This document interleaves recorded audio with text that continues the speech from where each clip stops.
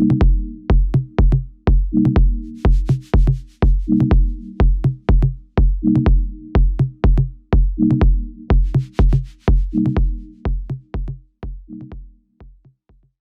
Well, thank you very much all for having me on here. And yeah, I hope you enjoy the talk. My name's, thank you very much for a very kind introduction. And it's quite an illustrious group of people who are listening to me tonight, and from experts and scientists and students. And I'm just a sort of a humble journalist. I'm coming from this angle as not an expert on conservation or a scientist or a biologist, someone that loves wildlife and nature very much, but coming from it perhaps from a little bit of a different angle than some of your really interesting talks you've had on this series from experts.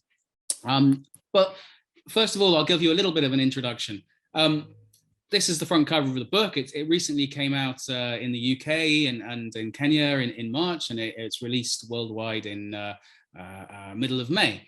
And it tells a story based around northern Kenya. This is a picture on the top of Sabache or Ololokwe, a sacred mountain with a Samburu friend in the foreground overlooking the main road. And somewhere in that horizon, it's probably hidden in the clouds, is Mount Kenya itself. So we're looking south, in the north, looking south.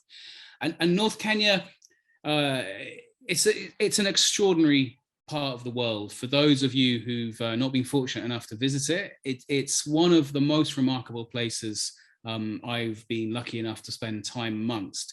And it's very different from anywhere else. It's very different from the rest of Kenya, from the Mara, from the sort of the famous places you've heard of. And northern Kenya for a long time was it was a troubled place, and it still is. It's an area bordered by Somalia, by Ethiopia, by South Sudan, and it's an area that for decades was flooded with weapons, with automatic weapons, and there's still a large amount of automatic rifles in the hands of ordinary people there. But as a brief introduction to what you're going to hear tonight, it's a story, the book, and from the research that I've been doing over the last few years when I've been based there, it tells a story of how wildlife was smashed, was decimated, but more importantly, it's a focus of the story. The focus of the story is about the people, the communities of northern Kenya,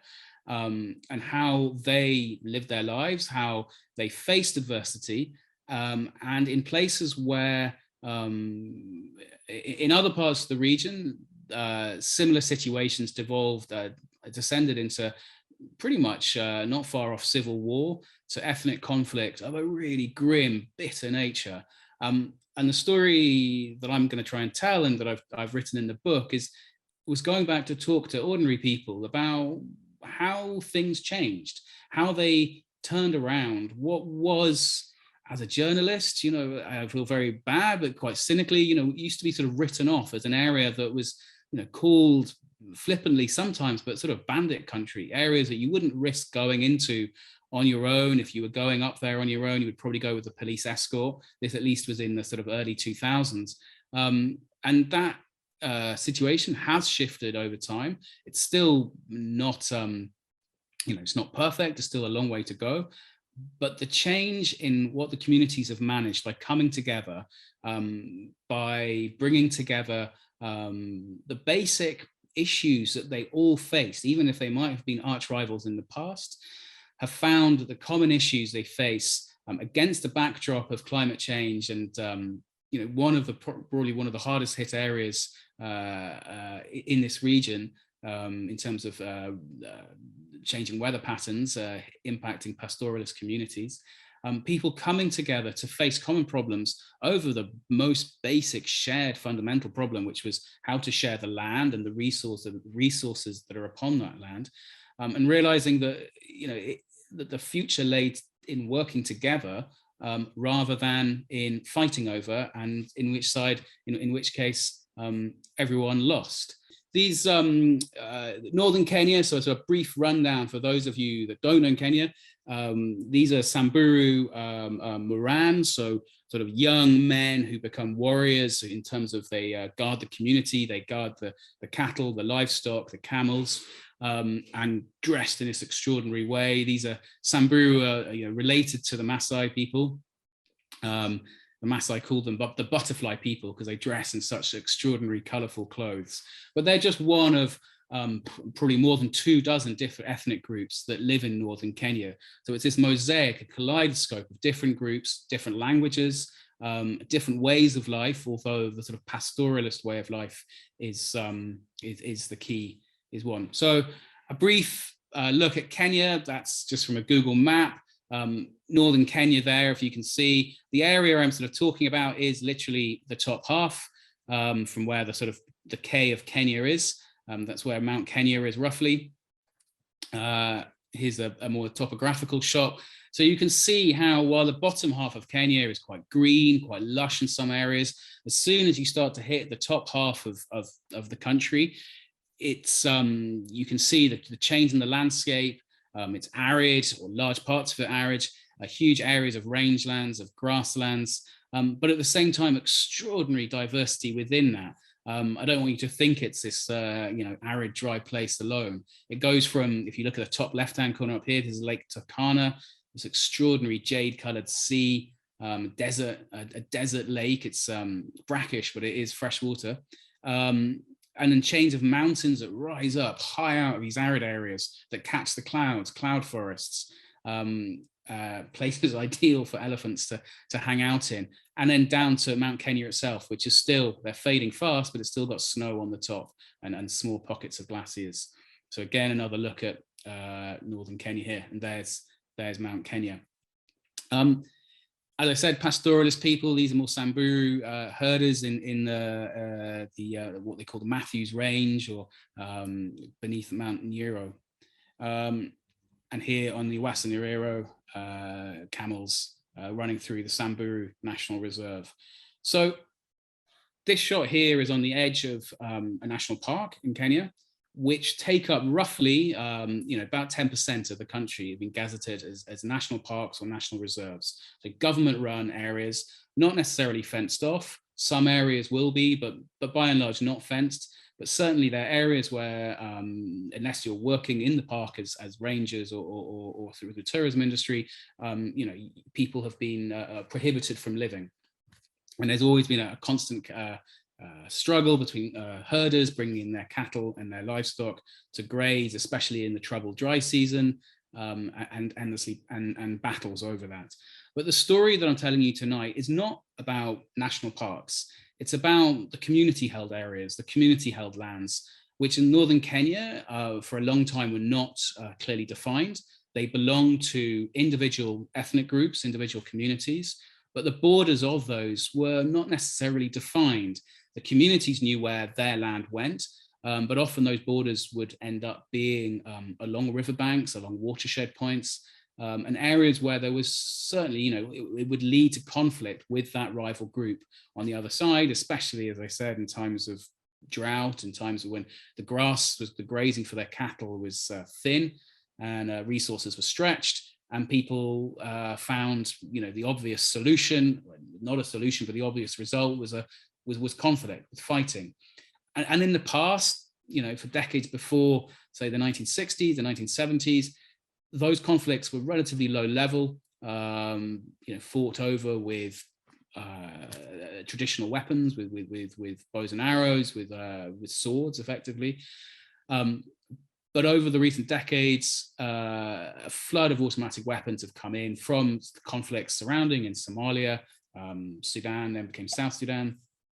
And the level of the violence escalated because of the modern weapons that people had and the increasing pressures that there was upon the land and that people faced. Again, this is another Rendile or Samburu herder digging up a dry riverbed. The well itself was dug by elephants, and the herders have since dug it down deeper and providing water for their goats, more traditional goats.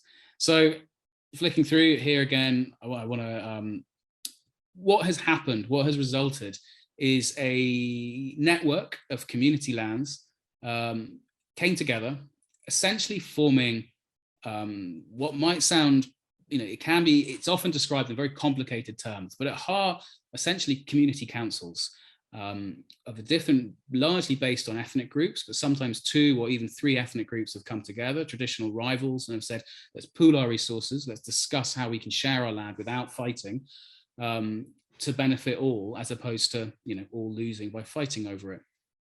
And through this scheme over the last 20 or so years, it's expanded to around 40, or more than 40 today, what they call community conservancies, where the land is owned not by individuals, but by that community area. They've mapped out their land, which helps reduce conflict between rival groups. If you know where your land is and their land is, then there's less reason to encroach upon one another's land. And if there is an encroachment for grazing and cattle, then there's a system in place, an elected, accountable, or in theory, accountable elected leadership who can provide the basic political background to help resolve conflict, help resolve issues without it resorting to conflict in the terms of picking up an automatic weapon, picking up an AK and going to fight.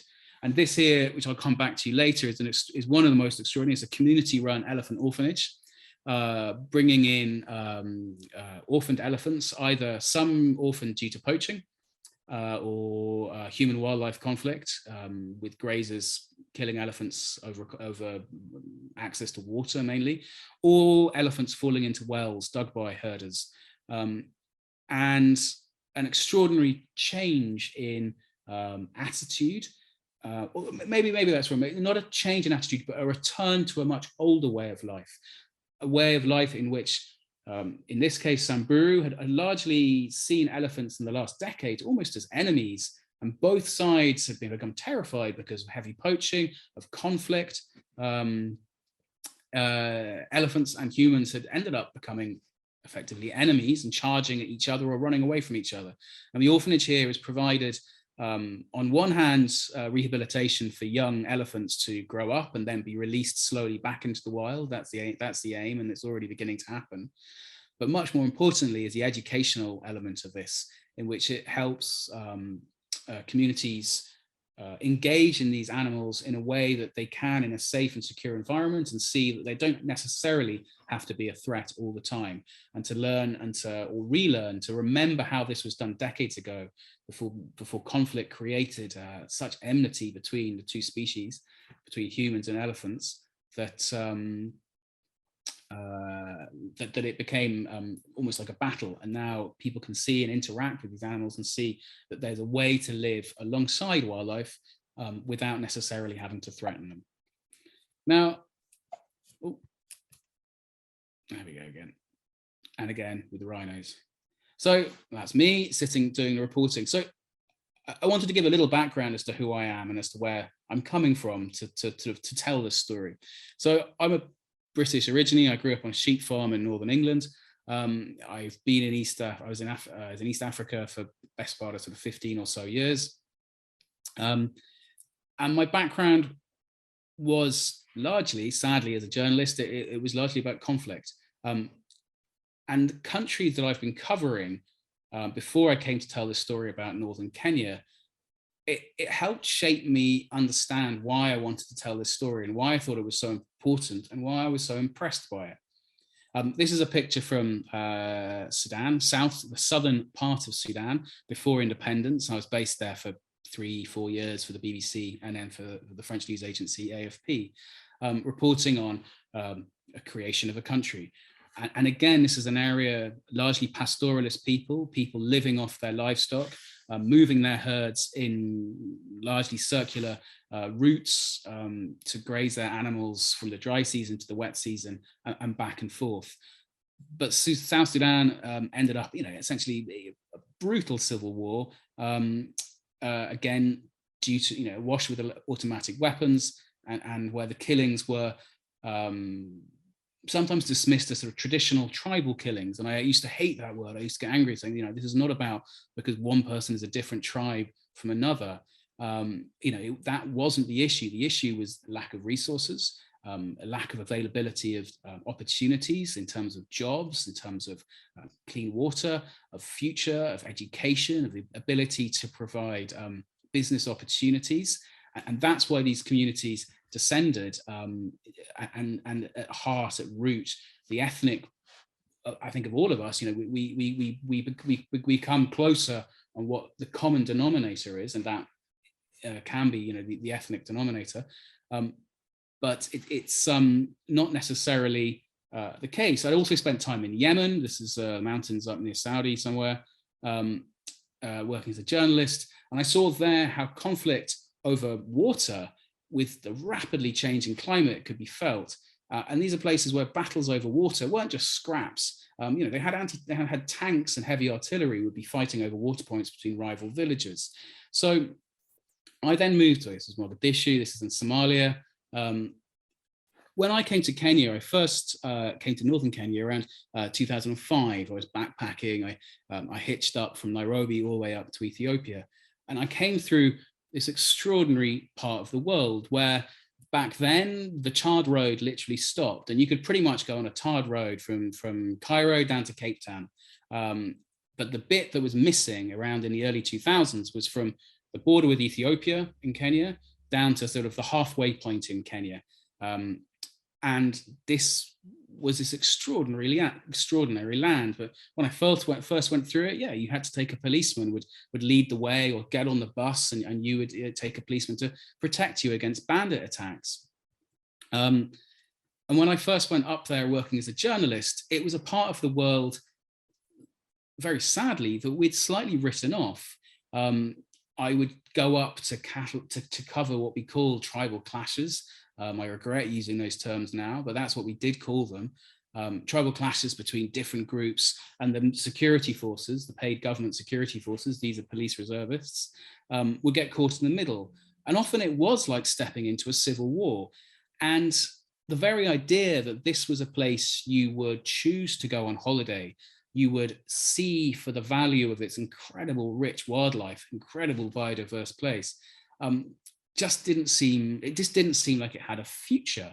It seemed like a place that essentially, like the other countries I'd been to Yemen, to South Sudan, to Somalia, places with very similar landscape and comparisons in ways of life to northern Kenya. It seemed that was the trajectory this land was on, very sadly. And I would sit in the capital, Nairobi, in the big tower blocks, and everyone on smartphones and bustling around. And the news of northern Kenya would be, on page 3 or 4 of a newspaper, 3 paragraphs about 20 cattle raiders killed 20 other cattle raiders in some horrible massacre. And it was a story that it seemed very bleak. It didn't seem like there was much hope or opportunity. And what shocked me as a journalist, when you what we do is, very sadly, is we're often dominated by breaking news. We follow breaking news, and breaking news normally, sadly, is bad news. It's a bomb, it's a death, it's a coup, a war. Those are the sort of things that we follow, and the sort of things that often define how news is told. And what I found, I worked in Nairobi for 6-7 years as a journalist, was that I was increasingly writing less and less about northern Kenya. Even at the beginning, it was very small stories about 20 dead, 10 dead, 15 dead in a horrible battle. But because it didn't have the wider political context of a civil war, a war in Somalia, a war in South Sudan where there was a government involved, it didn't grab the attentions in the same way. But over those years, the story of violence seemed to get less and less. And it's not something that was clearly obvious. It wasn't something that I suddenly woke up one day and said, gosh, I haven't written about northern Kenya for 6 months. But it was a shift. And when I traveled up there, I packed up my Land Rover and decided to see what was happening, because I was reading these stories of a community conservation movement that had begun in what had been a former cattle ranch, a former cattle ranch called Leiwa. which had been owned by white Kenyan with the roots in a sort of colonial past. They had turned that into a conservation area, and from that had expanded a movement called the Northern Rangelands Trust. Had spread at this point to about 40 different community conservancies. Over what it is today is over 60,000 square kilometers, involving, I think 18 is the current total of different ethnic groups, different languages, 18 ethnic groups, many different languages, across an area, 60,000 square K, that's pretty much the size of Switzerland. So it's absolute vast area. And what I found extraordinary was this was a grassroots organization supported by international donors to get it going in these different community conservancies. But I didn't really understand the nuts and bolts. Like, how did a political movement, how did a conservation movement, how does this actually work on the ground? And how did it actually protect species and make a shift? The claims that they were broadcasting were extraordinary if they were true. And I want to point out at this point that I'm a journalist. I wasn't paid by the Northern Rangelands Trust. I didn't get any support. They were very generous in offering me a place to put a tent. They were very generous in allowing me to travel with their rangers and to work as translators. But I'm very much independent. And I went up there with an open mind to say, well, if this organization is making these changes on the ground, if it is managing to create, to reduce violence, to help create peace, to create opportunities, and at the same time, and this is, the important part as well, to protect wildlife so that rhinos and elephants and large charismatic species that have been hammered by poaching were now starting to rebound, in both in terms of numbers and in geographic area, in terms of returning to areas from they had been driven out, in the 1980s, if not earlier, or been reduced to fragmentary numbers that weren't sustainable for a wider healthy population. Then how was this story happening? What was going on here? So that's what I set out around sort of early 2018. I'd been up and visiting northern Kenya for many years before that. Around 2018, I said, right, pack my tent, pack my kit in the back of my Land Rover, and I drove up to see. And this is the book. I thought I would go up to write an article, and it turned into a book, because what I found fascinated me, and to hear people's stories of how it's changed their lives and the challenges ahead they still have. There are many critics on both sides of this project. People that say, that it isn't doing what it could do. That other people saying, it's not the best in all the world. But many people saying has fundamentally changed their lives, and to see huge change to ecosystems on a vast scale was something that really inspired me. Something that I felt reading news of sort of IPCC reports of climate change and biodiversity loss and collapse of ecosystems. It was something that really heartened me to be able to see people who faced enormous adversity, people who faced challenges in terms of levels of violence that they had to overcome, of basic infrastructure that was simply missing, of the increasing challenge of climate change in terms of increasing droughts and erratic rainfall, had overcome all these enormous life-threatening challenges to come together to try and face the challenges together, because that's basically the only way ahead for all of us, is to try and find common ground and to unify around that, to create some sort of leadership and to address the challenges head on.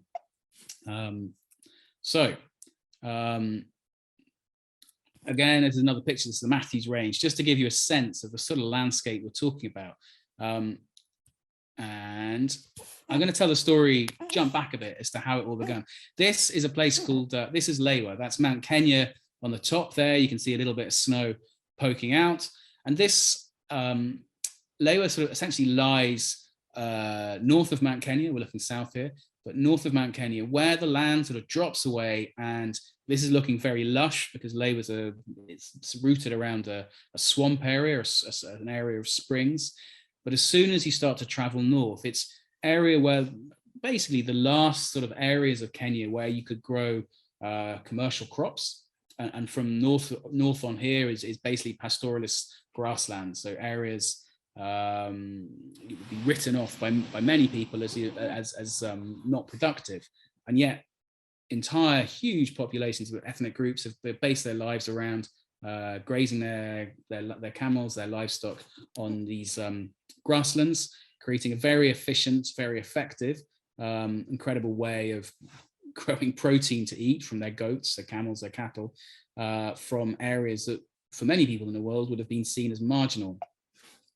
Now, again, back to a map just to see, there we are, we're talking about this northern half here and this arid section up here. Now, the story is based around this gentleman here, amongst others. This is Ian Craig, whose family inherited Leiwa. It was taken during colonial times. It was a cattle ranch, but it was a failing cattle ranch. In the 1980s, it was hitting a series of droughts. There were too many cows for the land it was on. They would be suffering from drought. They were suffering from, it wasn't a successful cattle ranch. They were struggling every year to make ends meet. But Ian had grown up with this chap here, this extraordinary gentleman called Kinyan Chui, who had grown up with an ethnic group called the Ilingwezi people, who essentially were rooted in their past, were hunter-gatherers. They were related to the Maasai, or a form of Maasai, who normally would value cattle above anything else. The Ilingwezi people had valued wildlife. They do now, but they didn't back then have cattle as their basis for their life. Their subsistence, their life was based around hunting, around antelopes, and around about gathering honey from hives put into trees. And he and Ian were childhood friends. When Ian used to go off as a young boy into the woods to explore, he was mad about wildlife. Kinyan Chui would accompany him. He was a couple of years older, and Ian's parents said, could you watch this chap and don't make sure he doesn't get too much into trouble. Kinyan Chui would accompany him.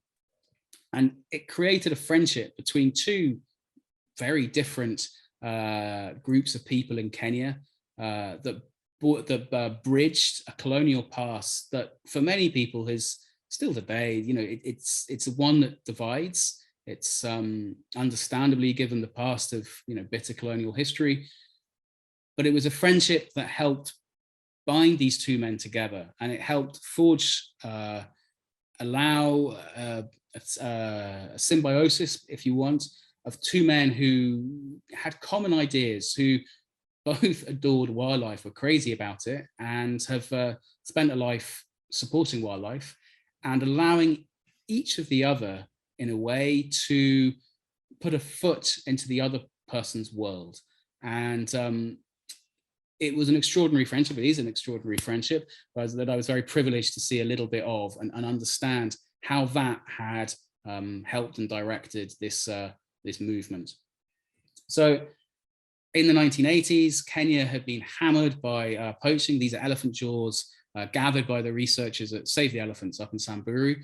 So many of them had been shot or killed through either poaching or human-wildlife conflict, and they gathered them for research purposes. But for many people, northern Kenya in the 1980s had been on a trajectory of not a good trajectory. It would have held, the elephants would largely have been pushed to the brink of extinction in these northern areas, or certainly pushed into relatively tiny pockets. And northern Kenya is one of the last few places where you have these vast spaces for the potential for free-ranging herds of elephants that can go hundreds of kilometers if there is the security and if the barriers are not put up. So northern Kenya is an area where there's incredible potential, but in the 1980s, the future was looking bleak. And Ian and Kinyan Chui, the two gentlemen you saw a few slides before, Ian had decided with his other family members to portion off a part of the cattle ranch, which wasn't doing great in terms of growing cattle, to protect, gather up the very last few rhinos were in northern Kenya. These had also been pushed from around 20,000 at independence in the 50s down to a few hundred. And in northern Kenya, the ones that were left were living isolated, maybe in pockets of twos or threes, but certainly not enough to sustain a credible, enough numbers to support a credible population that would have continued for the long term. So, what was an incredible privilege to hear was hearing these stories of how these men would set out. They got permission from the government. They went with government vets from the Kenya Wildlife Service. It was called something different then, but effectively the government vets would go out to track these rhinos living in the most extraordinary places, on tops of rocky pinnacles, on tops of jagged valleys that was almost impossible to get into with trucks and trailers. Would track them in a race against time before poachers shot them for the horn.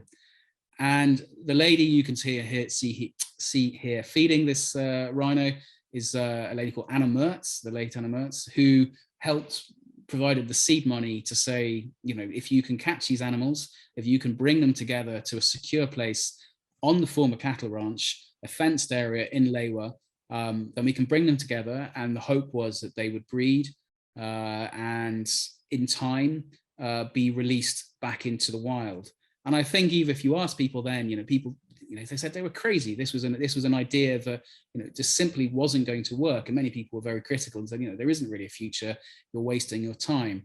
But Leiwa has gone from, what was a dusty cattle ranch in the 1980s is now a UNESCO World Heritage Site with, I was looking for the exact number of rhinos, I think over 200 rhinos now. And now they're being re-released into very special protected areas, but they are the dream that had begun in the 1980s of rounding up these rhinos, of flying in, of darting them, of getting them in the back of trailer trucks, carrying them all the way back here, putting them into the sanctuary and giving them the space and the security and the time to breed, has fulfilled all their hopes many times over. And now they're repopulating areas from where they were completely wiped out. So an extraordinary story in the roots and origins. There they are, some of the rhino today, black rhino, I think, with Mount Kenya in the snow in the background on Leiwa. Again, flicking back to a map in case. So this, back here, so again, we're talking above the K of Kenya, this sort of northern area here. The area we're seeing here, so this is Mount Kenya at the very bottom. You can see the green slopes of Mount Kenya, and Leiwa is just to the north of it, northwest of it, about here. And what's critical about Leiwa is it, I'll go back a picture, for some reason I can't see it, but Isiolo is here, another key town, and these chain of green mountains that rise up all the way pointing towards Lake Turkana in the north. And what was key about Leiwa, and still is today, is it provided a stepping stone. Leiwa was a sort of missing piece of the jigsaw puzzle that allowed elephants who loved and found security in the national park that is Mount Kenya, in these very thick, dense forests, that go up into the snowline. Not the forest, but the vegetation goes up into the snowline. It connected this key area where the elephants always knew you could get sources of water throughout the year, all with the dry, arid grasslands up to the north that during the wet season provided great grazing, provided areas the elephants could roam in and range in and have the space to move. And Leiwa was this key stepping stone. And what happened is once the rhinos were returned to Leiwa in a very secure, electrified fence that was since over the years expanded to a much larger area, but at the beginning was relatively small. Space for them to roam, but not space enough for other wildlife. But what did happen is that sense of providing security in one relatively small area for the rhinos allowed other wildlife to return. So these extraordinary stories that people were telling of how elephants that hadn't been seen for decades on Leiwa suddenly started to appear because the young bulls were sniffing them out, finding out places that were safe to go, and suddenly found here's this land where they could graze safely. They were protected, or they benefited from the same protection that was offered to the rhino. And then came giraffe, and then came antelope. And what is now, as I said, is UNESCO site with the full range of all the animals that one could imagine in this incredible sort of range of biodiversity that has successfully returned an area that, as I said, was a failing dust bowl, or not far off from that, into this extraordinary place to visit, where all the sort of full range of the animals can be seen. Now, these are oryx here. Some say they're the origin of the reason people thought they were unicorns in medieval periods, because of their extraordinary single, well, they're double, but they look from afar as though they've got a single horn. Okay, this is Leiwa again, looking out. Now, what happened from Leiwa, which was in its origins were privately owned by the Craig family. Today they've sold that, it's turned it into a conservancy. But the idea was that here was a pocket of land. It was not going to provide the ability to protect wildlife or ecosystems on the scale that was needed. It was not a zoo, it's not a zoo, but it certainly was an area, a bit like many of the national parks in Kenya, that provided a small island of security, but it didn't provide the wider protection for ecosystems that would connect areas across vast lands. And so Ian and Kinyanjui, they thought, how can we expand this? How can we allow the lessons that we've learned here, where they saw the wildlife return by providing security for a relatively small area to the rhino? How can we expand these lessons to other areas to help, expand these areas? And where Kinyanjui came from was a short walk, a few hours walk to the north, an area of the Mukododo forest and the Ilingwezi. And he went to the community there and said, look, can we do in a similar way what people have done in Leiwa? You provide security, you provide some sort of organization, and the animals will return, and that will give you, and that will help the wider ecosystem. And also, in this sense, the beginning, the promise of to the community was an offer that tourists will come. You can build a community lodge. People will come to pay the money to visit the animals and to stay in the lodge, and there will be an income through the community that's not solely based on livestock. And the response from the community initially was absolutely not. This is our land, you're not coming here, you're not having anything to do with it. But over time, people saw the changes that had been made, and that these were not outsiders coming in to buy the land, coming in to take it over, coming in to fence it. None of these things were on the table. And eventually the community, especially due to the fact that Kinyanjui came from the community and was able to say, look, I vouch for these people. These are not, we've seen how this works in Leiwa. It's not going to threaten your lands. That the pastoralist people who graze their animals still will be allowed to graze their animals throughout this area of the conservancy. And the community came together in a meeting. This is in the late 1990s. And came together and agreed. And they said, right, we'll set aside the land as what they called a conservancy.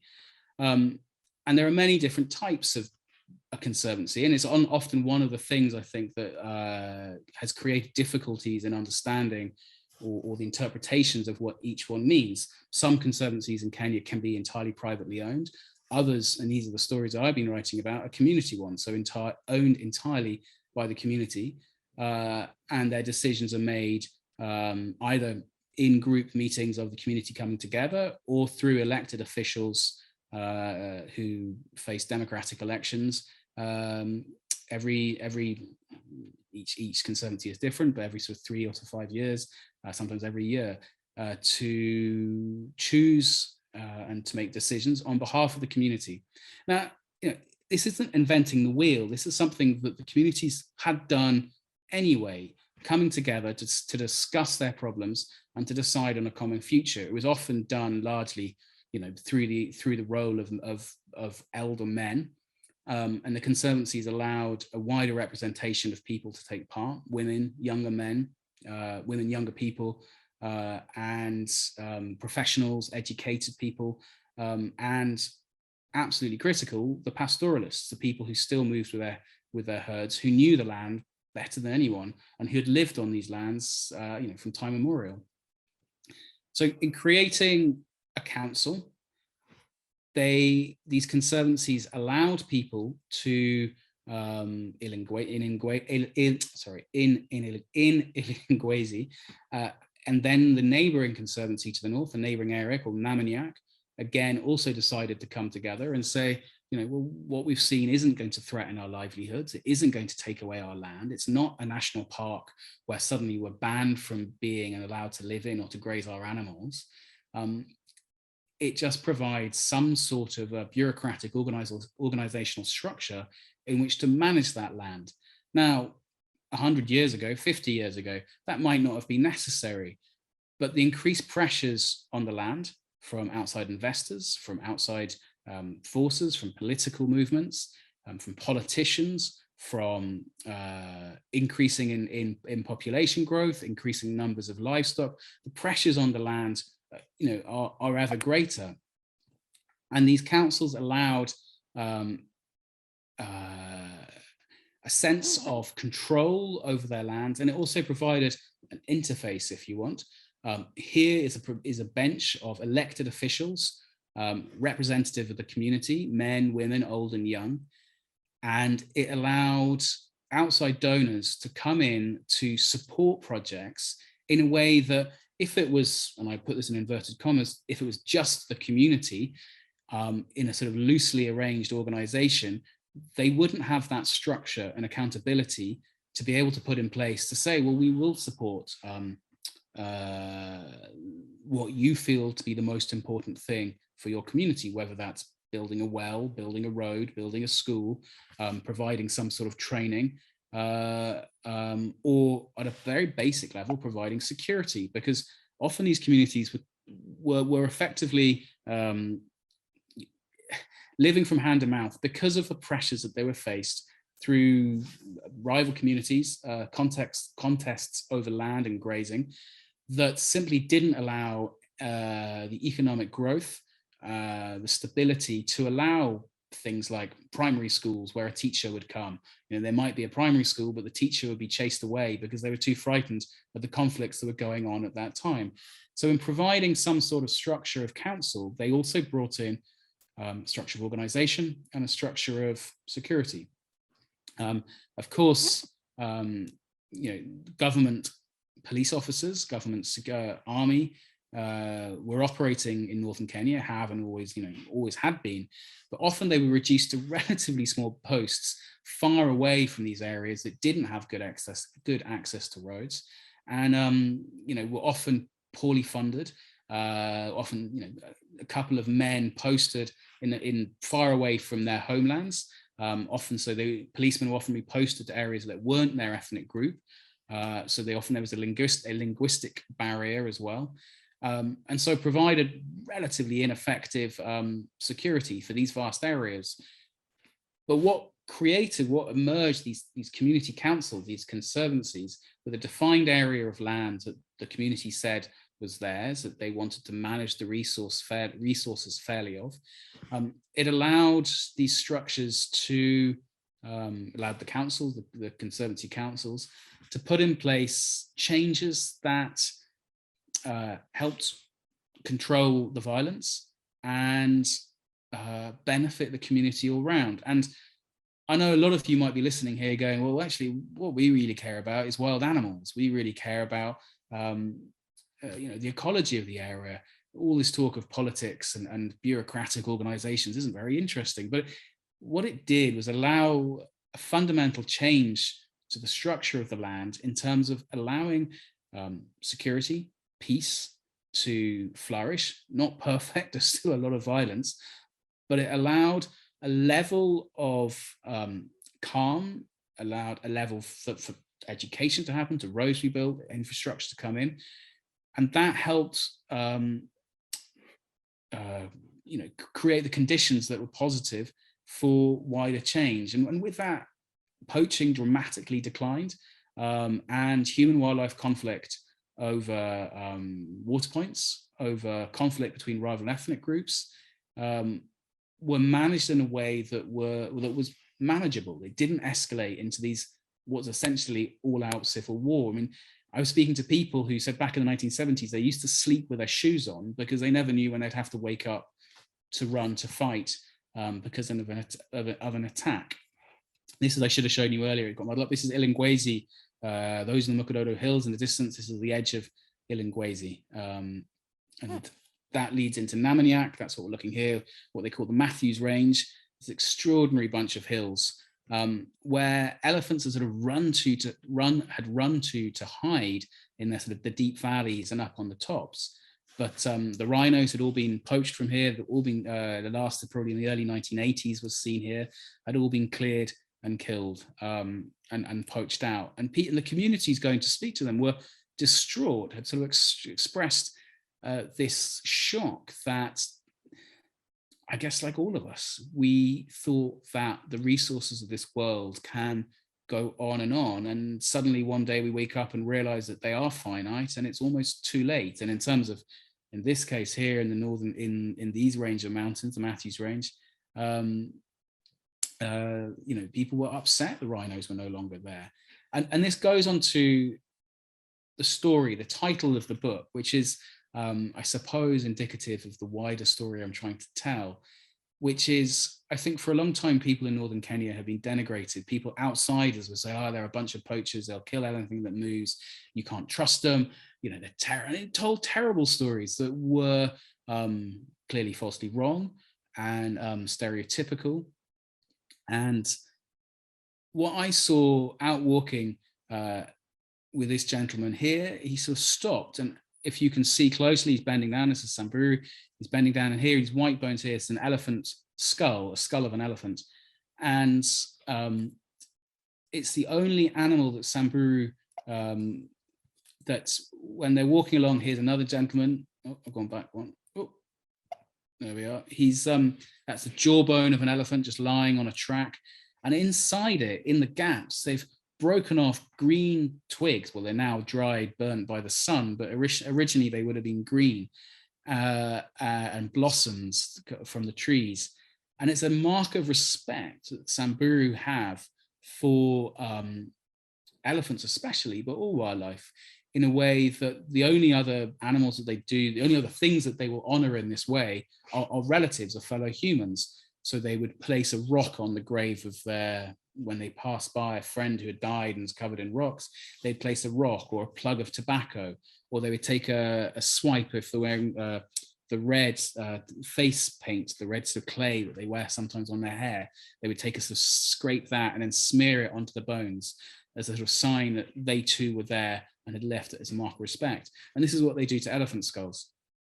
And it suddenly struck me that something I should have realized from the very beginning, but coming in as an outsider, there's a tendency to see the pastoralist herders as the problem, as to see these are the reason why the wildlife has been decimated. These are the people to blame.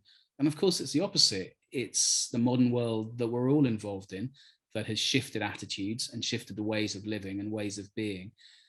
But at heart, that respect and understanding of living with wildlife, and not in a stupid Lion King type of Disney nostalgic way for something that never exists, a romantic idea of living with wildlife, but living alongside what are terrifyingly big animals, and yet finding a way around it to cooperate and to coexist with mutual respect was something that didn't need to be brought in from outside and taught by any sense. This is something that is absolutely at heart and fundamental to their ways of living and of being. And so the Samburu gentleman I was with would describe all the different names for the types of elephants that we would meet along the way, whether that was the single solitary bull that would have a name that for them would symbolize, well, that's probably something to be careful about, to be wary about, to walk away from. others the older matriarch, others would be for the younger, playful, elephants that might run up to you charging, but weren't going to cause a bigger problem. So a way of saying, not looking at these animals as a threat, but assessing the risks that each individual faced. And it was an understanding, I think, that led me to realize that, this is why I wanted to tell the story in a much greater fashion of speaking, as a British person, as coming as a foreign correspondent. There's an assumption that as outsiders, not me personally, but I would call up a scientist and say, well, how can this be done? How can this be solved? Without honoring and respecting the people whose land it was, who is and is today, and who have lived this way of life in a way that cohabits and coexists with the wildlife in an extraordinary manner. And that's something that struck me very deeply and really moved me to see this way of people living alongside these animals, and a way of life that was slightly had been forgotten, because since the 60s, the 70s, the sort of swarm of automatic weapons that had swamped the country had almost as like a broken diplomatic relationships. Once someone explained it to me as that they were described being a young boy as a cattle herder, Samburu cattle herder. They used to run up to the elephants and would try and smack the ears of the elephants, and the elephants would always flap them away before it. And I was like, that's extraordinary. That's something that you wouldn't ever get that close to an elephant today, because they have become so wary of humans because of the surge of poaching, especially in the 1980s and the 1990s. And in the last few years, that has dramatically declined through several reasons, but a key has been the security that has been put in place, and the communities coming together so that the wildlife can coexist alongside them. And it's not a romantic notion, again, of an outsider saying, isn't it wonderful for all of us to live alongside elephants? And I'm speaking from my, four-walled home, far away from having to worry about sleeping and waking up next to a lion eating all my goats, or an elephant trampling my children as I went to school.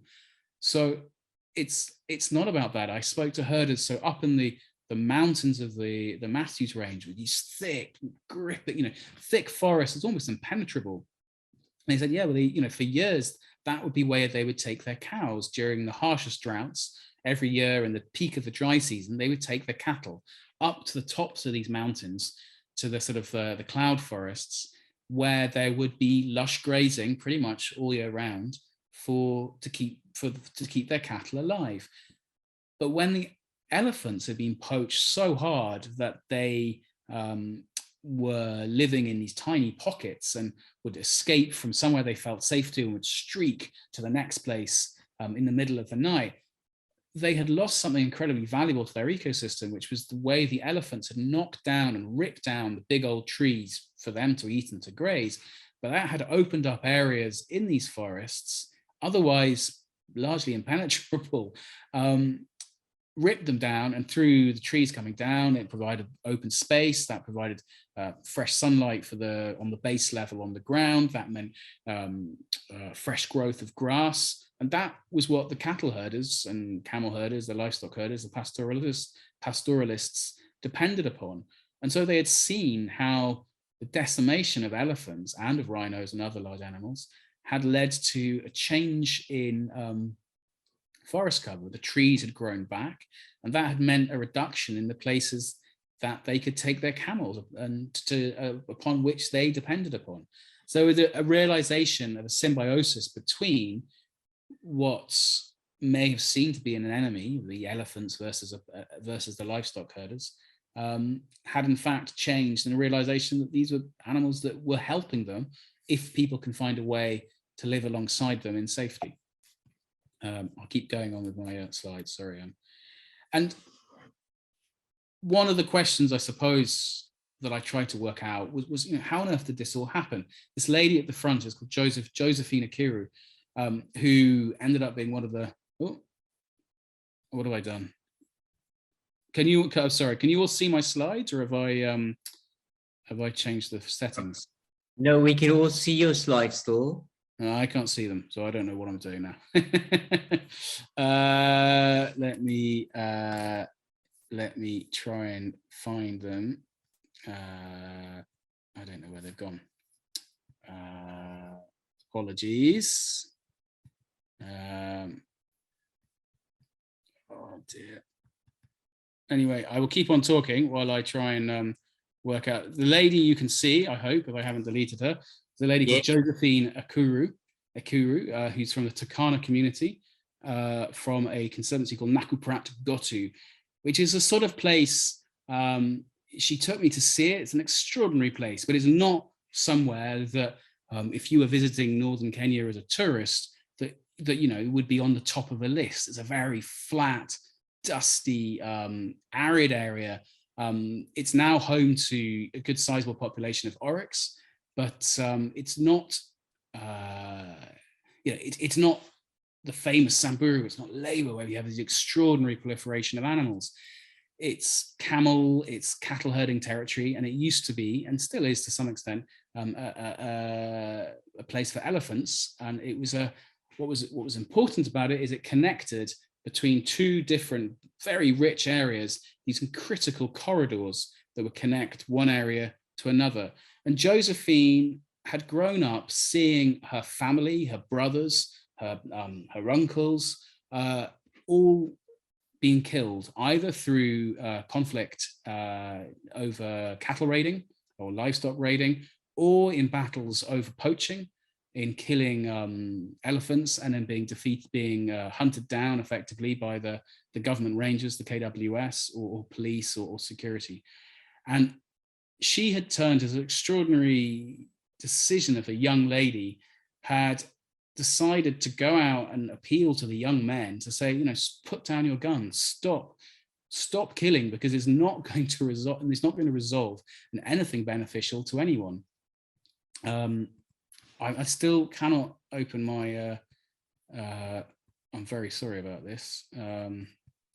If you want to, you can perhaps exit the slideshow and just enter again. I could do. I'm worried about,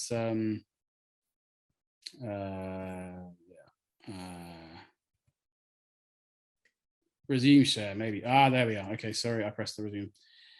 And she had gone out to persuade men she knew from the community to put down their guns, and in turn had essentially provided a safety valve for poachers, cattle raiders, to find a different alternative. And she ended up being elected as the chairman or the chair lady of Nakuprat Gotu, and has since become what they call a peace ambassador, and acts as a go-between between different communities, bring them together to try and to put down their guns and provide a talking point, a communal area where people from rivals can come together. That's her in the middle with police, government officials, and soldiers as well. I'm going to keep flicking through. I've got a whole range of stories. How am I doing on for time? Whoever is in charge of this, how am I doing? You know, you all enjoying this? I keep telling stories. Are there lots of questions to be asked, or what would be best to do? Pete, I'm sure that there will be lots of questions. I think if you keep talking for another 10 minutes, if everybody is okay with that, and then we switch over to Q&A. Everyone, you agree? Yes, I do. Perfect. All right. Well, I'll tell a story. This is Leonard Docky. This is one of the, I suppose, a story of how these community councils practically implemented what they said they do. Because it's all well and good saying, oh, let's all come together, let's have a meeting, and everything springs from that. But it's a tough land, northern Kenya. It still is, and it was, especially in the 90s and early 2000s. Leonard Docky's, he joined one of the community conservancies because he was woken in the middle of the night as a cattle herder by heavy gunfire, automatic weapons, and he ran to a small village, a small settlement on the edge of a village called Seralipi. And these were herders who'd come to this village because there was a police post there. They thought they would get protection. And by the time he got there, rival cattle raiders from the Borana people had opened fire with AK-47s and M16s into pastoralist huts, had killed several people and stolen several hundred cows. And he had joined the hunt essentially to chase these livestock back, and had run over, I think, over a marathon and a half through baking heat. And it had ended up in a gun battle, and the rival herders had given their guns back. And he told me this extraordinary story of how he had seen in these battles that the future, it was just going to continue, that he would kill from one side, and from the other side would return to kill the other. There wasn't a positive outcome. Each was a small battle in which one celebrated victory. But in the old days, the women would dance around and celebrate the cattle raids of how many cows were stolen from one group from the other. But now, and this was in the early 2000s, these were battles with M16s. These are automatic weapons designed for sort of Vietnam, not for guarding cattle and livestock. And he had formed, with others, a community ranger group to provide security. And initially they would sort of go out on hilltops and camp. And this is the cave, essentially down here to the right, where he slept under with a team of other men for the best part of 2 years. And would climb up to the tops of the mountains, would scan the areas with binoculars, would creep out at night to provide an early warning system for the community further back. So if a large attack was being planned, people could prepare and take the necessary precautions. But he still realized this essentially was like a war. This was providing defense. And what he and others did through the basis of the structure of these different community conservancies, they said, well, there's no point each of us having a team of rangers that are all based on our ethnic differences, because at some point that could easily end up with each of us fighting each other if communities are pitted against another. And so what they did was created an ethnically diverse group, what they call these 9 teams, and teams of about 15 men, and about sort of 8 or 9 of them are on patrol at any one time. They go out in Toyota Hilux trucks. That's Leonard Docky again. They go out in these Toyota Hilux trucks here that you can see. They sleep, out, constantly moving, well equipped with radios, and they're all police reservists. So the reason they can carry a gun is not because they've got a law unto themselves, but because they've all been trained in essentially volunteer police officers. They've all been trained in how to arrest people, how to fire a gun. Every bullet is accounted for, and they are able to bring back stolen cattle. They are able to help if there's a reported poaching incident. But by and large, they're acting as a practical implementation of security in areas where, in many ways, the organized official forces, the Kenyan police, the Kenyan security, fly in when there's trouble. They come in to crack down when there's a serious problem. But on a day-to-day level, they are largely absent simply by dint of these enormous geographical and remote areas they're operating in. And these teams are able to get on the ground and speak, absolutely critical. Each team will speak 3 or 4 or maybe even 5 or 6 languages.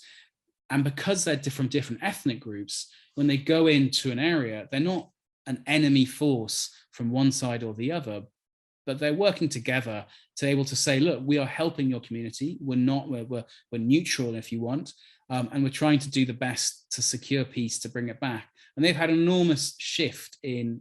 an enormous shift in how the security of the areas are, and in stopping banditry, and through that allowing essentially economic opportunities to flourish. And through that has meant that people have said, well, we see a value to the wildlife. There's a reason that there's reasons why we don't have to go out to kill elephants to steal their ivory, or to hunt bush game.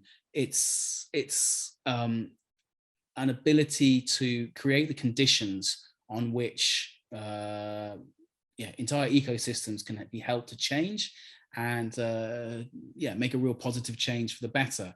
And in terms of statistics, I can reel them all off in terms of how many, in terms of being able to monitor the slump in poaching of elephants.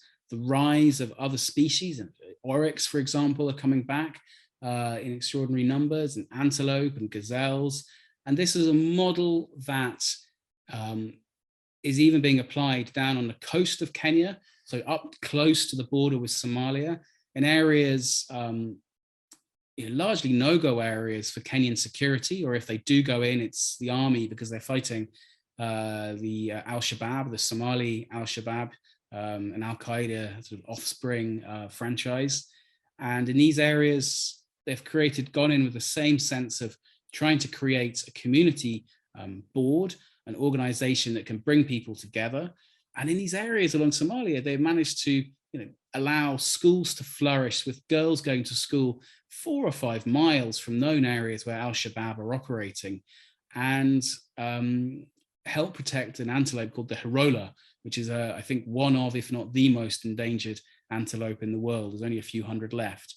But an animal that is also incredibly valued by the community, the Somali clan down there, Kenyan Somali clan, and has unified. It's been a point to bring people together. And I'm going to sort of wrap up my talk now, but I think a lot of what I saw when I first went up to investigate this area, I thought a lot of this was sort of airy-fairy PR stuff that was all talking about how people can unify around nature. I'm like, well, that's wonderful, but in practical reality, what does that actually mean when you've got gun battles on the ground and bandits killing 20 people? How on earth can trying to protect an elephant, how can that benefit the lives of ordinary people? And what I saw has changed my opinion, and seen that nature, our natural resources, wildlife, the world in which we live in, we're not living alongside nature. We are part of nature. And that's something that the pastoralist peoples of northern Kenya know far better than me speaking as a sort of son of a sheep farmer from northern England. It's something that's inherent and something so fundamental to their way of life. And what the Community Conservancy Network across northern Kenya has done is essentially tap into this, has provided the bureaucratic structure to organize people and to organize international donors and funds to help give a kickstart to some of these projects, to allow them to really flourish and really make a change on the ground. And in measurable terms, you can talk about the drop in poaching, you can talk about the numbers of children going to school, you could talk about the drop in banditry attacks. And one of my favorite ways they measure this is by collars on elephants and showing where the elephants are moving. And they're moving back into areas that they haven't been seen for decades, as a sort of clear sign that these are areas where security is clearly improving, and elephants, an absolute critical keystone species, are showing the way on these maps by using the satellite GPS collars around their neck of where they feel safe, and able to track the return of wildlife to areas that many would have written off 20 years ago as essentially, an area where wildlife didn't have a future. And brutally honest, many people didn't have a future. These were areas where it was a war zone, and frankly, it was too dangerous for many people to live. And it's turned that on its head and provided a real story that offers me hope. I'm not very optimistic about the world in the next 20, 30 years, but I think it has shown me how people facing enormous challenges have able to come together and say, well, these are what we're facing. How can we try and change those things? How can we try and improve our lives? And come together to try and do our best to do that.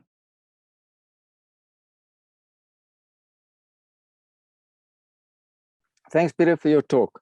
I'd just like to know how the conservancies, because there are more than one, how do they generate funds? Because there's management required, and that doesn't just happen. And the other question is, what are the institutional structures that exist that support the conservancies. So there must be some kind of framework within the Kenyan legislation that allows conservancies to structure themselves. Thank you for your question, Peter, and apologies. I think that sort of was on my scribbled piece of paper of things to talk about, but I missed it in the talk, I think. So thank you for that question. So yes, there are multiple conservancies, I think more than 40 now. There is a oversight structure. So each conservancy elects its elected officials, and there is a council of elders in which all of the conservancies will then send their leaders to. They meet twice a year, I think it is. And there is also a management structure for the Northern Rangelands Trust, which supports the work, provides oversight, supports them. So there's various level of institutional structures for that, starting from the grassroots and then at a wider level. In terms of conservancies and the Kenyan legal legislation, there are many other conservancies, community conservancies in Kenya that are not part of the Northern Rangelands Trust, but are doing very similar work, especially around the Mara and area. And there is also an organization, Kenya Wildlife Conservancies Association, KWCA, that helps organize, support them, provides advice, consultancies to support that process of, each conservancy is unique and has its own individual landscape, people, ways of doing things, challenges and opportunities, but supports them in terms of the basic structure in their bureaucratic, organizational, administrative ways of operating. And in terms of the funding, I mean, for some of these areas,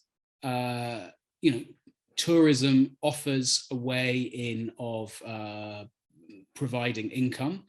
There are community-owned lodges in Ilingwezi, which was the first one I was speaking about. There's a wonderful lodge, and the money through tourism helps run the lodge, but then the profits from that, a percentage of that, is spent by the community in both running the operating costs of the conservancy itself through the rangers, through the other administrative officials that are needed, and the rest of the money is then put back into projects that the community decide for themselves on how to spend it, whether that's education or water point, improving the rangelands. But there's also a whole range of international donors who are able to pool the resources through the structure that these conservancies provide. So rather than just handing out money to a community in general, there is now a conservancy structure that would provide on a basic level bank accounts, accountability,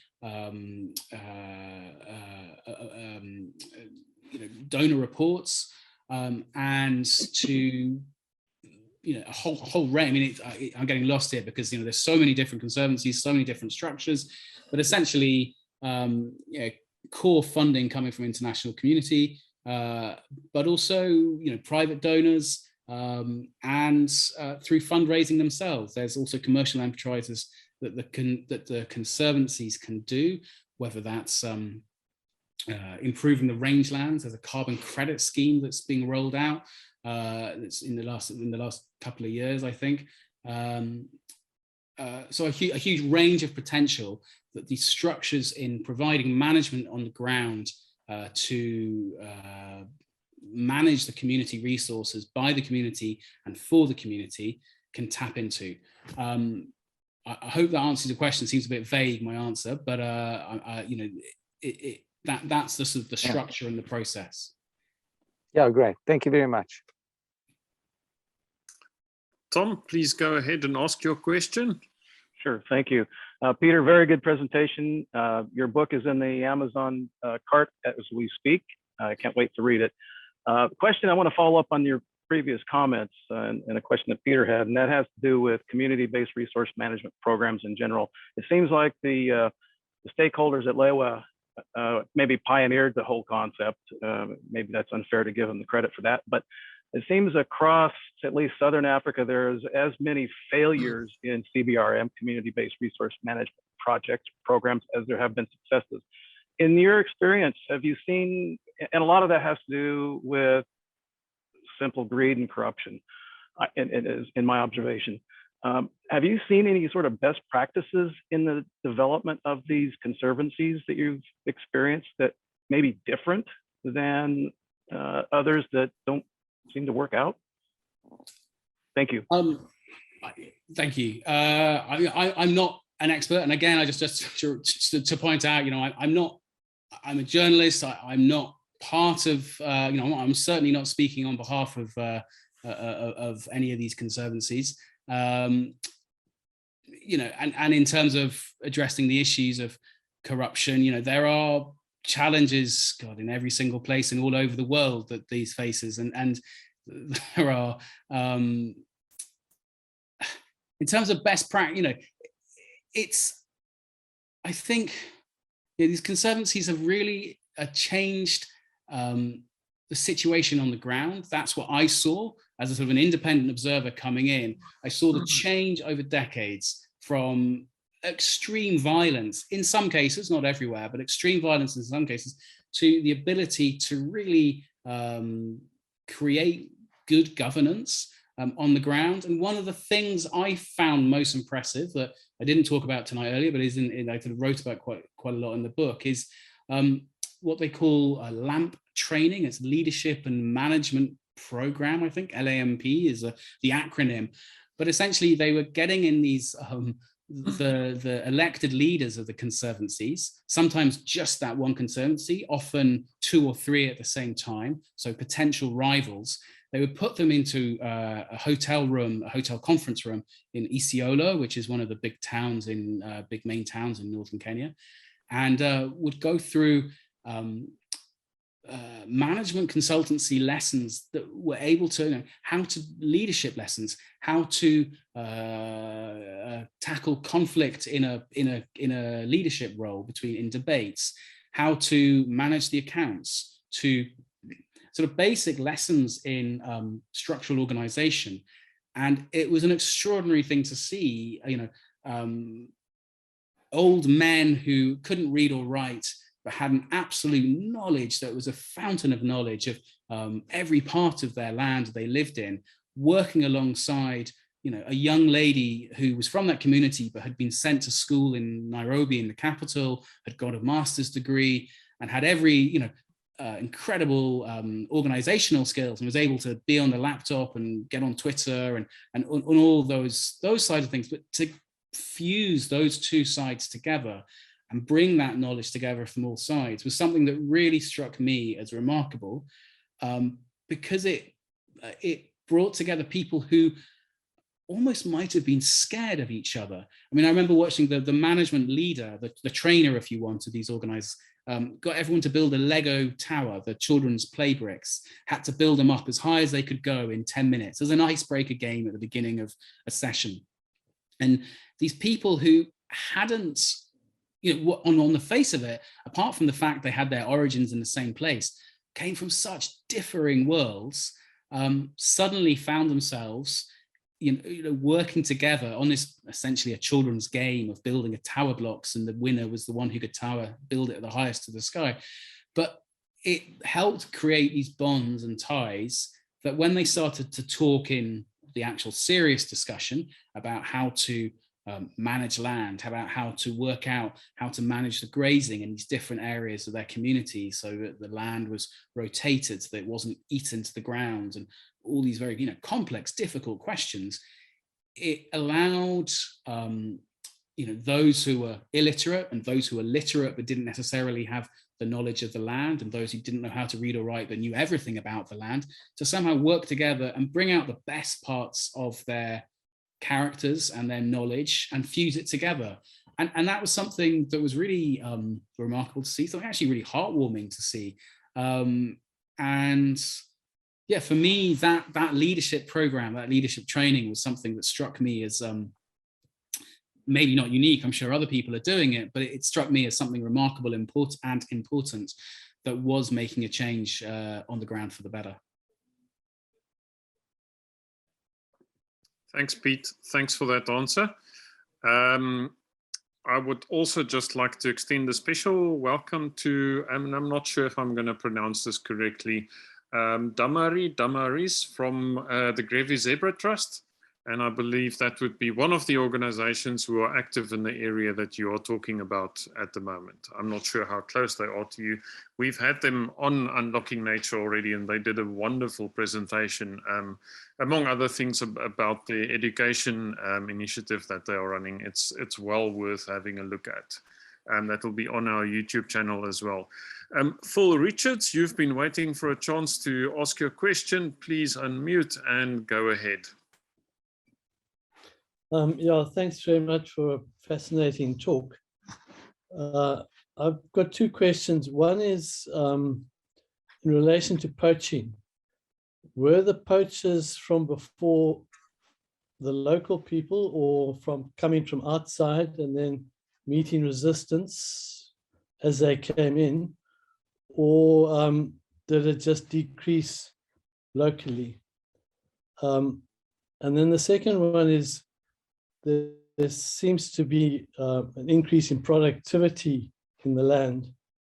And did they keep the same sort of numbers of livestock they had before, or was their own livestock numbers reduced to allow this increase in vegetation and increase in productivity? Yeah, thank you. In terms of poaching, I had a very fun time walking around the hills trying to speak to these old guys who've been poaching back in the 70s, and stories of spearing rhino and killing elephants, and people who were really regretful as to how it had turned out today, and hadn't realized that what they thought was this endless supply was finite. A lot of it was blamed on what they call shifter, which is sort of a name for bandit, and we blamed on Somalis coming across from Somalia. But a lot of that, and they certainly were hugely involved in the 70s, the 80s. But a lot of it was local. It was people realizing that they could make money, and a lot of it was also directed through very senior, well-connected people in the capital, well-organized and well-funded poaching networks. And that has shifted over time, both international changes, political changes, and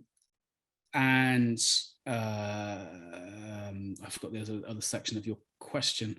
And in terms of rhino poaching, that was very different, very targeted, just due to the sheer value of the horn and what an animal horn could raise on the black market, whereas ivory was a lot harder to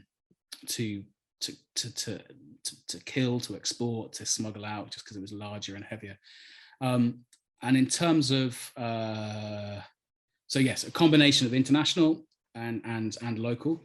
And in terms of livestock numbers returning, I don't have the figures, and I wouldn't, my sense is that there is an increasing number of livestock, cattle and camels on a on grassland that is facing ever increasing pressures fundamentally due to climate change and overgrazing. But that is one of the things that the conservancies are able to try and tackle, which is by coming together and saying, well, let's not just graze the land on a free-for-all, which will end up with all areas being stripped, but try to rotate it, trying to protect some areas for the dry season, so that there's an area where the grass will grow when the dry season comes. Then there's a store, a bank reserve, if you want, of grass for the livestock, and then to rehabilitate areas of rangelands as well, to allow the grass to grow back. And going back to an earlier question, some of that is helped. The plan is that that would obviously massively help draw out carbon dioxide from the air to restore the rangelands, which they're an incredibly beneficial sink of carbon when they're operating in full health. So a healthy rangeland is of enormous value to the planet, not in financial terms, but in terms of reducing carbon in the air. And carbon credit systems will be able to help fund some of that rehabilitation of the rangelands. So in those areas where the rangelands, the grassland is being re-improved, then livestock numbers would be able to be larger. In other areas where the grass has been stripped bare, there are, a lot of livestock in areas that, would be too many perhaps for that area really to support. And then that's where the problem, when there's heavy droughts and the animals are struggling, which is, at the moment there's a heavy drought as well, an intense drought, or has been in recent months anyway. Thanks, Pete. Thanks to Alistair for sharing in the chat the website to NRT as well as Leiwa. For those of you who would like to do further research, please go ahead. Also remember that Pete's book is available on Amazon. You can order now. And then Roland, please go ahead and ask your question. Pete, thanks very much indeed for a subject spoken very well, actually, for a journalist, because you touched on some of the really key issues. I've been involved in this for an awfully long time. And I believe that the community conservation issues are critically important in the success in conservation in developing worlds, especially in Africa. Now, I'm not saying that it's a silver bullet. I've worked in conservation to know that there's no such thing as a silver bullet, but it's just another tool in our bigger toolbox of game as a game ranger. What I have is two little bits of anecdotal information to support two of the things that you brought up. First of all was the issue of can conservation bring peace to lands that are at war, where there's war or violent crime like shifters or whatever. And I have had personal experience before I moved to Angola, which is where I've been for 20 years now. And I arrived here in the middle of probably one of the most brutal, bloody civil wars in the history of Africa. But before that, I was in KwaZulu-Natal, where I was the CEO of an organization called Msensi Holdings, and they were a private conservation management agency, much along sort of African parks, but a sort of local one, long before African parks. This was in the early 90s. And we took over water. We were managing on behalf of Umgeni Water land around dams, water supplies. So most of our, in fact, all our areas were in peri-urban areas around large cities. And in the 90s, just before the elections in South Africa in 94, there was a low-intensity civil war going on. And one of the areas that I took over management was a place called Shongweni Dam, and I turned it into Shongweni Resources Reserve. And the problem was, on the one hill, it was the dam and the land around. The dam was only probably about 7 or 8% of the overall area that we were managing. Well, on the one hill, on the eastern side, we had an ANC community, a predominantly ANC community, and on the other hill, we had a village called Zwelibomvu, which was predominantly IFP. And the land in between was really a battleground between the ANC and the IFP, and they were killing each other pretty regularly there. So when I took over Shongweni, I thought, no, well, obviously the first thing was, go give peace a chance. But these guys hated each other, not because they hated each other personally, but because they had huge ideological differences. One was a socialist communist group, and the other one was more of a capitalist Western group. And it's much easier to kill a person at 100 or 200, even 50 meters, than it is to kill them with a knife face to face. So they didn't really know each other. So I, through negotiation with the various structures, decided that I needed to take groups of community leaders from all the communities, of which there were 4, I'm just talking about 2 of them, up to Campfire in Zimbabwe. And in my opinion, Campfire at that stage, before Mugabe got involved in handing out the concessions for the tourism to these cronies, it worked. It was absolutely incredible. That will come to the second part, which is the state sustainability of conservancies. Okay, so I thought it would be much better, instead of talking to the Shongweni village or to the Zweli Bomvu village, the best thing to do was to take them physically in a combi up and go and visit the campfire project, mainly at Masoka, which is on the boundary of Monopools. So they could see for themselves that if they manage their land correctly, and if they put the necessary administrative structures, which I'll come to in the second part, that the communities would benefit. And it was an amazing eye-opener, because in the beginning, when I just muted the idea of putting IFP and ANC guys in the same combi, they refused. They said, I must be bloody mad. But through lots of negotiations, first of all, debating, this guy wanted 6 bodyguards and that guy wanted 7 bodyguards. It was very complicated. Anyway, the bottom line was they ended up together in the same combi, and they ended up sitting around a campfire in the bush together with community leaders from Campfire. And it's amazing how all of a sudden they found that the problems or the issues facing the Shongweni were the same issues facing Zweli Bomvu. And a lot of those guys were actually leaders. They might have had political political ideology, but they were good guys. Generally, they were leaders. And through interaction, and then we cemented it by saying, okay, now, how can we bring you guys to work together instead of fighting each other over Shongweni? How can we work together in increasing the land of Shongweni by amalgamating your land that's not used for agriculture into that?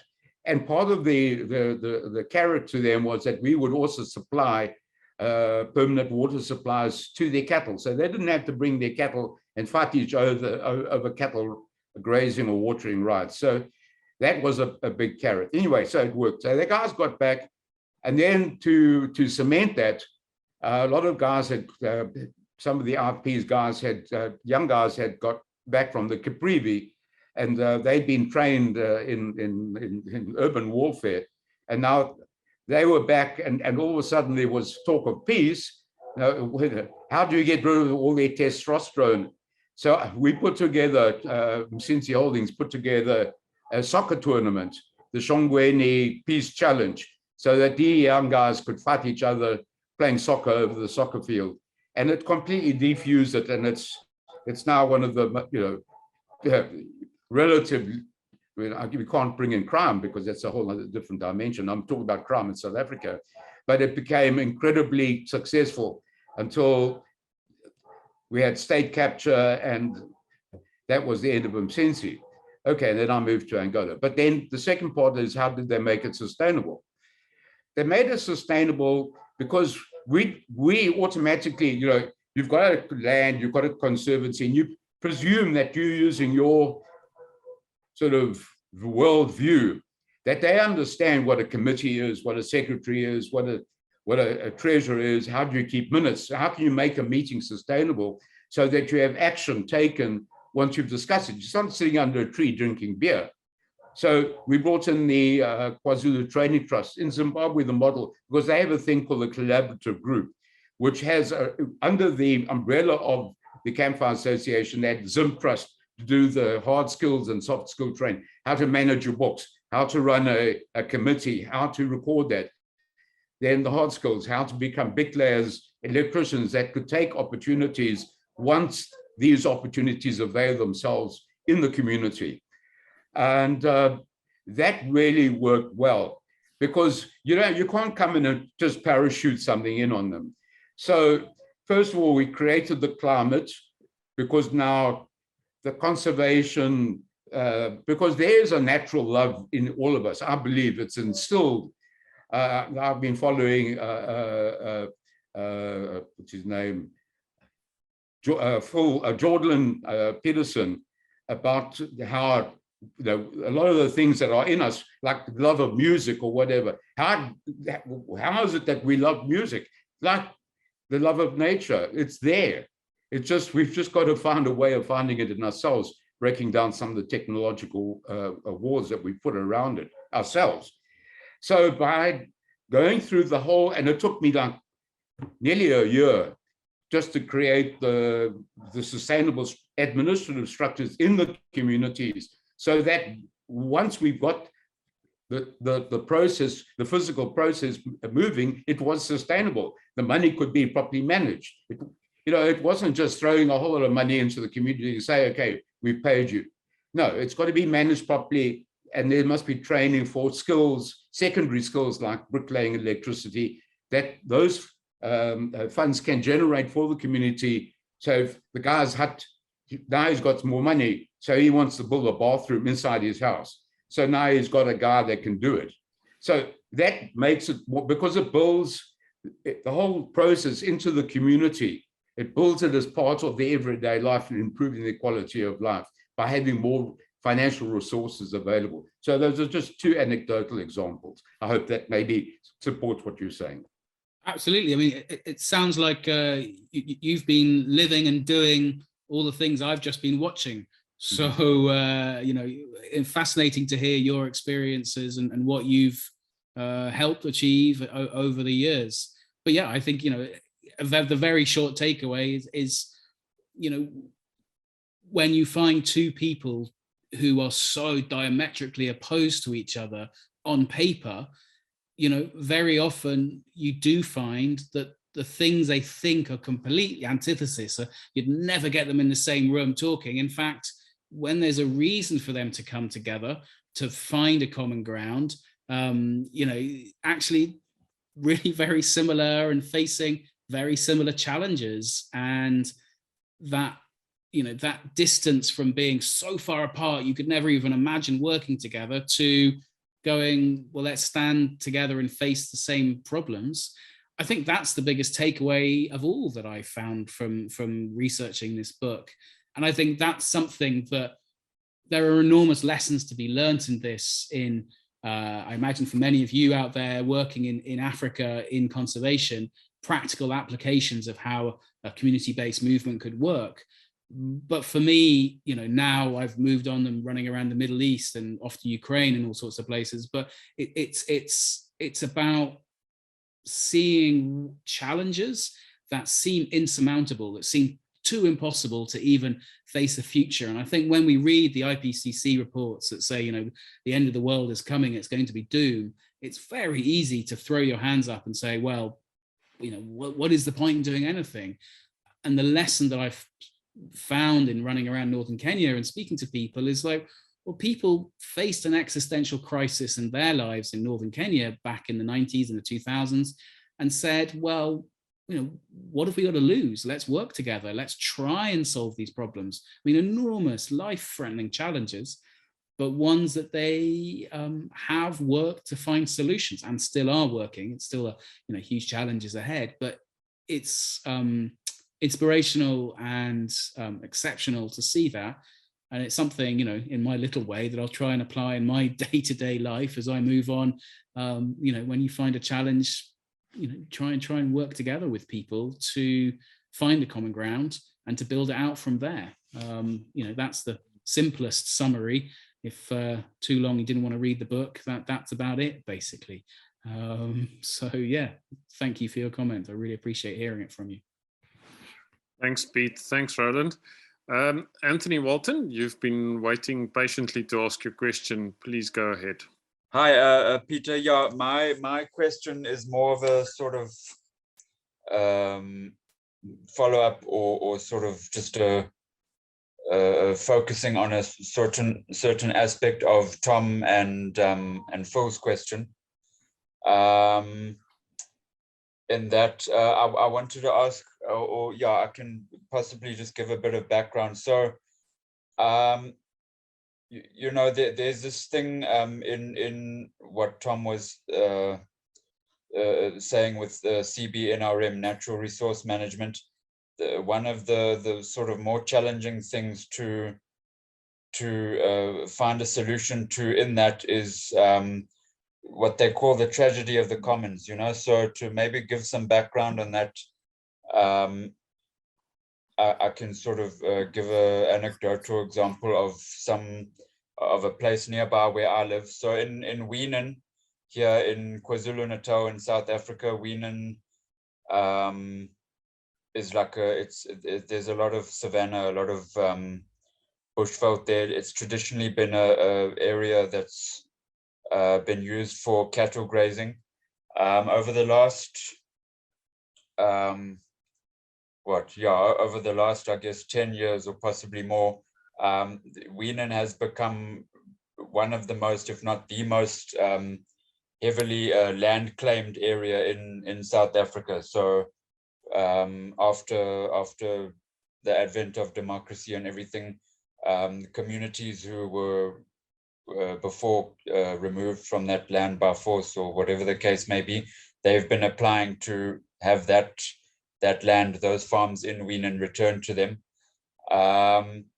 And so a lot of those, I mean, yeah, a lot of those land claims have been, some have been successful, others haven't, you know, because of lack of resources or training or whatever the case is. Some have just fallen flat, but there's been some that have, you know, established themselves. But with all these land claims, most of the people that have won the land claims and have returned to that land, they choose to do also farming, you know, things like especially goats, smaller livestock. They choose to sort of live that life of pastoralism. And now the thing is where I mentioned tragedy of the commons. So, you know, Weenan is not a small area, but not a very big either area in terms of surface area. Now you've got all these guys that have done land claims, and they now each one. So if I can, yeah, now sort of get into what I was saying with tragedy of the commons. If livestock farmer A puts, let's say, 10 sheep or goats on his farm, and some of these farms or properties, mind you, are not they're not very well fenced off, or you know, they don't have very solid boundaries. So if one farmer puts a certain number of livestock on his farm, the other farmer next door to him, who perhaps uses the same the same, you know, rangeland and is competing for the same resources, you'll say, no, well, if this guy has 10 or 20 or whatever goats on his farm, then no, let me rather let me sort of do one up on that. Let me put 35 or 40 goats. And then the guy next to him sees him doing that, and he thinks, you know, now I must also act the same way. So basically it comes down to a thing of there's like a whole bunch of guys using the resource, using the pastures and stuff of Weenan there. But now, as more and more players get involved in the game, each of those people individually is thinking to themselves, well, I better, you know, strip this resource I have in front of me here for all it's worth. Otherwise, my neighbor next door will just do the same before I get a chance to. And sort Anthony, I apologize. I know, unfortunately, Pete has to go, so I have to ask you to please wrap up your question. Okay. Okay. No, it's fine. I'll wrap up. So basically, what I'm getting to is, you know, with aggravating factors on top of that, climate change, the higher price of living, things like that, it also starts to really affect wildlife populations and stuff in this area. So essentially what I want to ask you, Peter, is, I mean, considering that, again, like you said, you're not a trained conservationist, you've just had the privilege of traveling around East Africa. What do you think is the sort of common denominator to solving this sort of problem? Well, I mean, I you know, your question, it gets to the nub of the whole of what I've been trying to research, I suppose. done a very good summary, and probably one I could have done myself a bit pithier and explained. But yeah, you know, that sense of shared resources, and you know, the tragedy of the commons, you know, it's this incredibly famous theory, but what I suppose what I found is that the common area of land in northern Kenya is not a free-for-all open area of land, as some might think. It's not an area of land that we can all go and take as much as we like from until there's nothing left. You know, these are vast, open, to me, they look wilderness, but they're not wilderness. They belong to people, and they're incredibly highly managed by those people. Even if you stand on a mountain and you look out, they look empty. They belong to people, they belong to the community. And, you know, you'd only have to go and stake out a claim to find someone very angrily coming to say it's not your land. So, you know, the tragedy of the commons applies to land that where everyone treats it as a free-for-all, but you know, most of the world, it's not open land free-for-all. It belongs to individuals, or it belongs to a community. And I think the way ahead is through, in these examples, areas of land in northern Kenya that look as though they're open to everyone and you could take what you want. Whereas in fact, it's the community that controls them, owns them, runs them, manages them. And it's these structures that these community conservancies have put in place almost as a sort of way to operate in the modern world, where you need a bank account and an email address to be able to access international funds and donors, and to be able to be taken seriously by governments, by bilateral organizations. So it's that sense of creating some sort of organizational structure to control, to manage, to look after that resource by the community and for the community. And I think that's where we have to sort of hopefully look forward to the future and see that, you know, that's the only way that we can try and help address these massive challenges, some of which may be too big for all of us. But at least I think if you stand together as a community and provide the structures, put those in place, then a fighting chance of being able to improve things, to protect the wildlife, protect the ecosystems for the benefit of all. And so it doesn't become that tragedy of the commons where everyone's out grabbing all that they can for the individual until there's nothing left.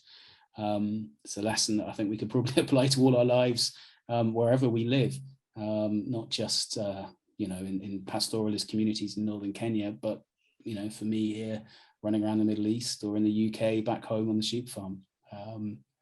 So yeah, thank you so much for listening to me for the last 2 hours, ramble on. I hope you found it interesting. I've got to go, and I very much appreciated having the time to talk to you all. If anyone wants to get in touch or ask any more questions, my website is my name, petermartell.com, and there's a click on there and you can find my email and send me a message. And I'd love to hear from you if there's any other questions or anything else down the line. And yeah, read the book.